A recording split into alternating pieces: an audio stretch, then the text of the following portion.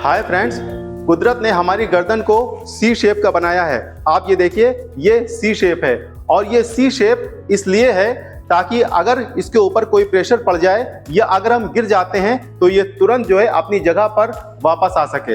लेकिन आजकल आपने 20 से 25 साल के यंग लोगों में देखा होगा कि उनकी गर्दन जो है वो नॉर्मल से आगे है, इस तरीके से ऐसे हो जाती है और कंधा उनका आगे राउंड हो जाता है। और ये इस वजह से हो रहा है क्योंकि ये मोबाइल ने हमारी गर्दन के मूवमेंट को रोक दिया है, कंप्यूटर ने हमारी गर्दन को रोक करके रख दिया है। इसीलिए सर्वाइकल स्पॉन्डिलाइटिस, सर्वाइकल स्पॉन्डिलोसिस एक कॉमन समस्या हो गई है। हमारे सर का जो वजन है वो लगभग 5 किलो का है।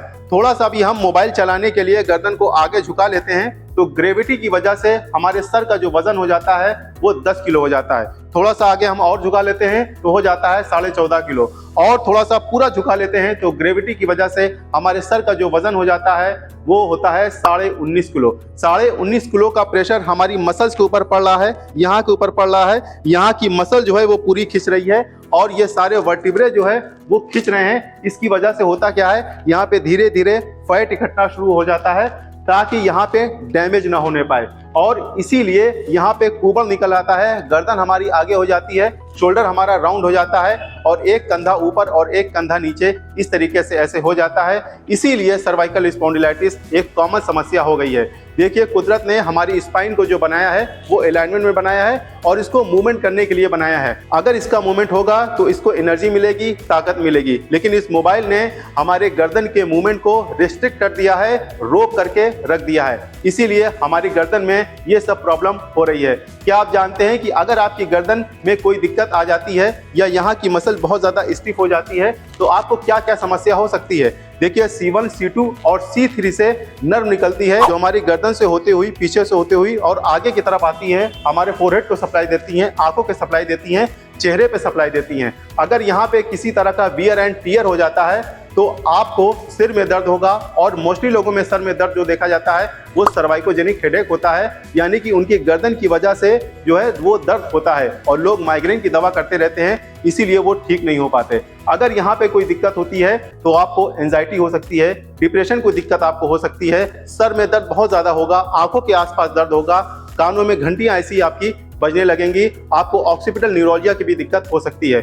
और अगर C4, C5, C6 और C7 में आपकी दिक्कत होगी तो आपके हाथों में झंझनाहट, सुन्नपन और हाथों में कमजोरी भी महसूस होगी। अगर आप एक कप चाय का ले लेंगे तो आपका हाथ जो है वो थर-थर कांपने लगेगा, आपके हाथों में कमजोरी होने लगेगी, या आपका हाथ जो है वो पूरा ऊपर नहीं उठेगा। कई लोग ये सोच लेते हैं कि हाथ ऊपर नहीं उठ रहा है तो ये फ्रोजन शोल्डर है, जबकि ये फ्रोजन शोल्डर नहीं होता है, बल्कि गर्दन की वजह से होता है। और यहाँ की मसल जो है, शोल्डर की मांसपेशियां जो है बहुत ज्यादा टाइट हो जाती हैं। अगर यहाँ पे किसी तरह का वियर एंड टियर होगा या यहाँ पे डिस्क बल्ज होगा, हर्निएशन होगा, नस दबेगी तो आपको चक्कर, उल्टी, बेचैनी, घबराहट हो सकती है। और यहाँ से एक नर्व और निकलती है, वेगस नर्व जो होती है वो हमारे हार्ट में जाती है। इसकी वजह से हमारी चेस्ट की मांसपेशियां बहुत ज्यादा टाइट हो जाएंगी, आपका बीपी शूट कर सकता है, आपके सीने में भी दर्द हो सकता है। और यहीं से ही वेगस नर्व जो होती है वो हमारे किडनी, लीवर में जाती है और इंटेस्टाइन में जाती है। इससे आपको अपच की दिक्कत हो सकती है, गैस और एसिडिटी की दिक्कत भी हो सकती है।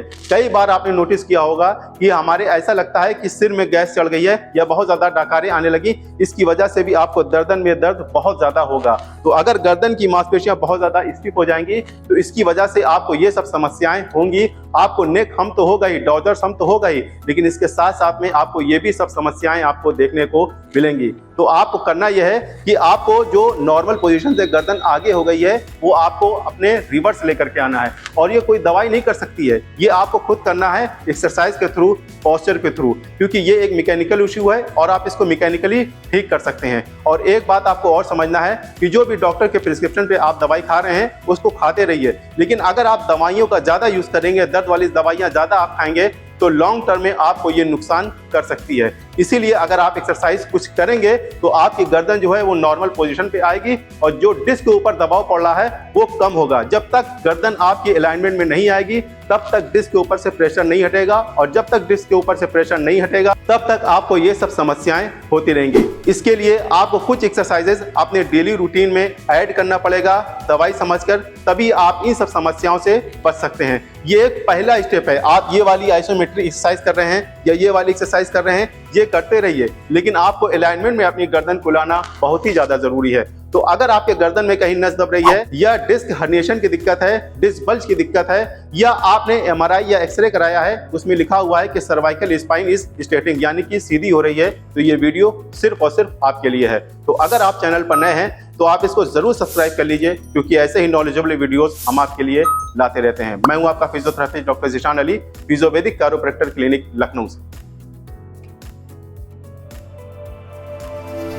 एक्सरसाइज को शुरू करने से पहले जहां पे भी आपके दर्द है, जैसे यहाँ पे हम्प अगर बना हुआ है, यहाँ पे दर्द रहता है तो यहाँ पे सिकाई करिए, या यहाँ पे जो बैंड होता है यहाँ पे अगर दर्द रहता है तो यहाँ पे आपको 5 से 10 मिनट, ज्यादा नहीं, सिर्फ 5 से 10 मिनट और हल्की हल्की आपको सिकाई करनी है। उसके बाद आपको करना यह है, कुछ एक्सरसाइज जो है वो करना है ताकि आपकी गर्दन जो है वो अलाइनमेंट में आए। तो आपको करना यह है, इस तरीके से ऐसे चिन टक करना है। देख लीजिए, अच्छी तरीके से समझ लीजिए, तभी आप जो है वो परफॉर्म कर पाएंगे। तो आपको करना यह है, इस तरीके से ऐसे गर्दन को पीछे की तरफ करना है और हाथ को ऊपर की तरफ ऐसे ले करके जाना है।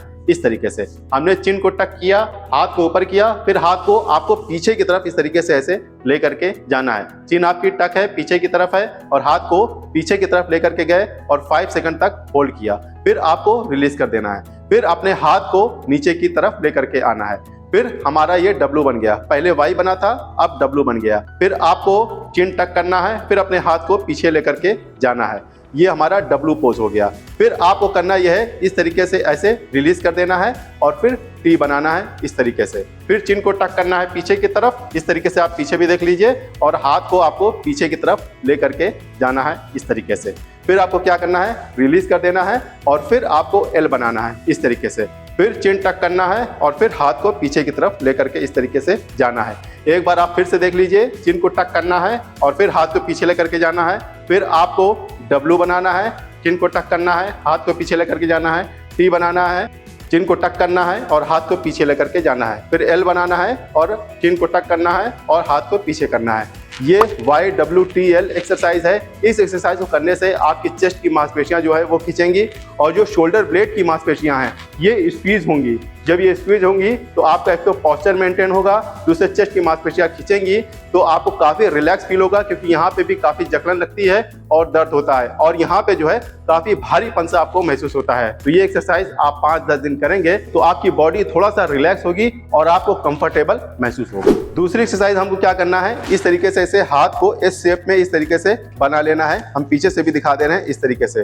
फिर आपको क्या करना है, हाथ को पीछे की तरफ इस तरीके से लेकर के जाना है, 5 सेकंड तक होल्ड रखना है और फिर वापस। फिर हाथ को पीछे लेकर के जाना है और 5 सेकंड तक होल्ड रखना है और फिर वापस। इसी तरीके से हम आगे से भी दिखा दे रहे हैं। और ध्यान रखिएगा, आपकी गर्दन जो है तिरछी नहीं रहनी चाहिए, गर्दन बिल्कुल सीधी रहे, और हाथ को आपको पीछे लेकर के इस तरीके से ऐसे जाना है। ये एक्सरसाइज आप करेंगे तब भी आपकी सीने की मांसपेशियां जो है वो खींचेंगी और शोल्डर ब्लेड की मांसपेशियां जो है वो स्क्वीज होंगी। इससे आपको काफी आराम मिलेगा और आपका पोस्चर जो है वो धीरे धीरे नॉर्मल आने लगेगा। जो आपकी गर्दन आगे हो गई है वो धीरे धीरे नॉर्मल पोजीशन में आने लगेगी। तीसरी एक्सरसाइज हम क्या करेंगे, उसमें हम एक टॉवेल का रोल बना लेंगे। इस तरीके से आप एक रोल बना लीजिएगा, और जहां पे भी आपके हम्प है, जहां पे भी आपके कुबड़ बना हुआ है, वहां पे आप जो है इस तरीके से ऐसे रख लीजिएगा। अब देखिए हमारी गर्दन जो है वो नीचे की तरफ हो गई है। आप चाहें तो पैर फैला सकते हैं और इस तरीके से ऐसे अपने हाथ को जो है वो ऊपर लेकर के जाना है और नीचे लाना है। यहाँ पे 5 सेकंड तक होल्ड रखना है और फिर ऊपर 5 सेकंड तक आपको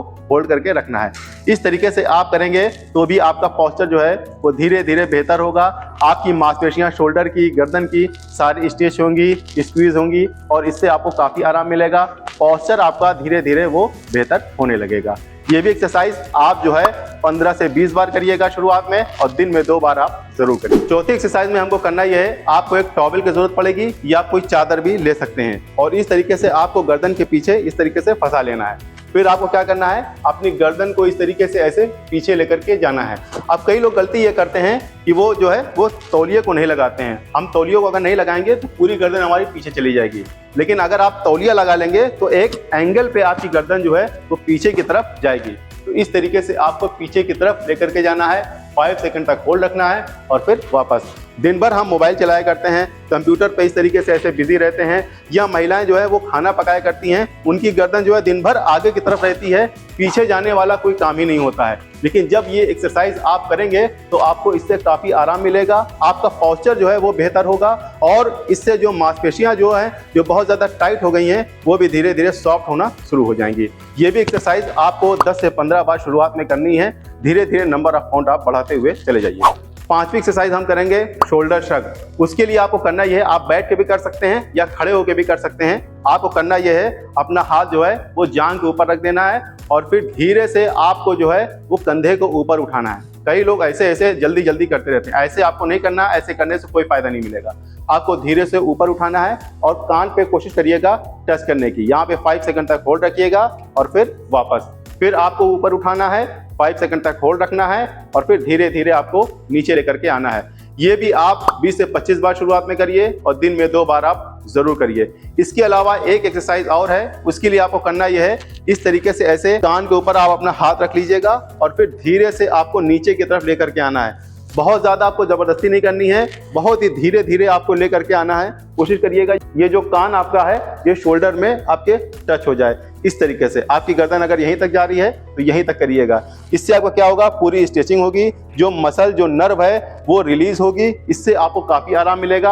अगर आपकी गर्दन की रेंज कम है, पूरी तरीके से आप जो है देख नहीं पाते इधर उधर, तो ये जब आप एक्सरसाइज करेंगे तो इससे आपकी गर्दन की जो है वो रेंज आपकी बेहतर होगी और आप अपने आप को रिलैक्स भी महसूस करेंगे। इसके अलावा आपको खान पान में भी कुछ बदलाव करना बहुत ज़्यादा ज़रूरी है, क्योंकि अगर आप एंटी इन्फ्लामेटरी डाइट लेंगे तो आपकी जो नेक में सूजन है, जो बहुत ज़्यादा दर्द हो रहा है, सूजन हो रही है या यहाँ पे हम्प बना हुआ है, वो भी धीरे धीरे कम होना शुरू हो जाएगा और आप अपने आप को फिट महसूस करेंगे और एनर्जाइज भी महसूस करेंगे। तो इस वाली वीडियो को आप ज़रूर जाकर देखिएगा।